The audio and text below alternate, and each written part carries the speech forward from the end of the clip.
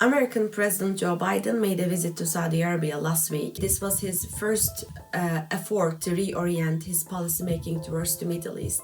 And there are two main motivations that we could understand his reasoning behind the trip and his purpose from the trip.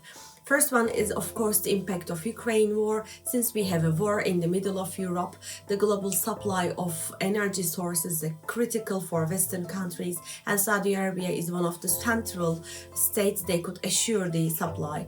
So he was trying to negotiate over the prices and supply. The second one is impact of Russia and China in the Middle East. This is also relevant to Ukraine war, but at the same time, not only in the war, there's a rising impact of China in not only in Gulf but also in Middle East and its policy making. Narrative of values in the trip. Biden published an opinion paper in Washington Post justify why he's going to Saudi Arabia, and in his opinion paper and later in his speeches he overly mentioned about fundamental American values.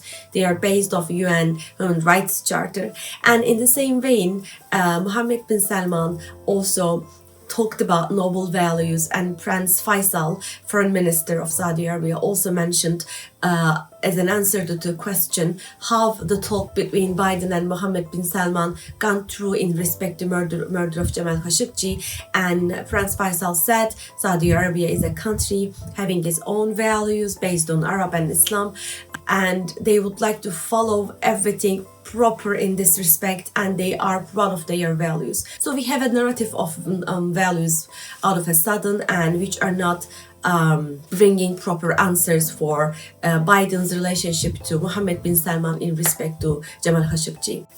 The second important aspect of the visit is normalization with the idea of a Jewish state.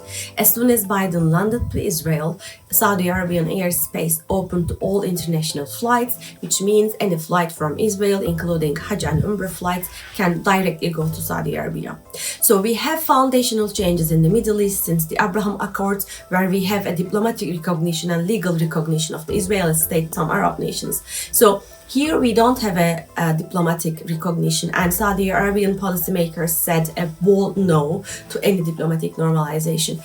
But opening up the airspace and opening a channel for further communication with the Israeli authorities is a way to accepting or normalizing with the idea of a Jewish state, not the state itself, but with its existence. So these are important steps for the Middle East politics, and we will see their impacts in the coming future.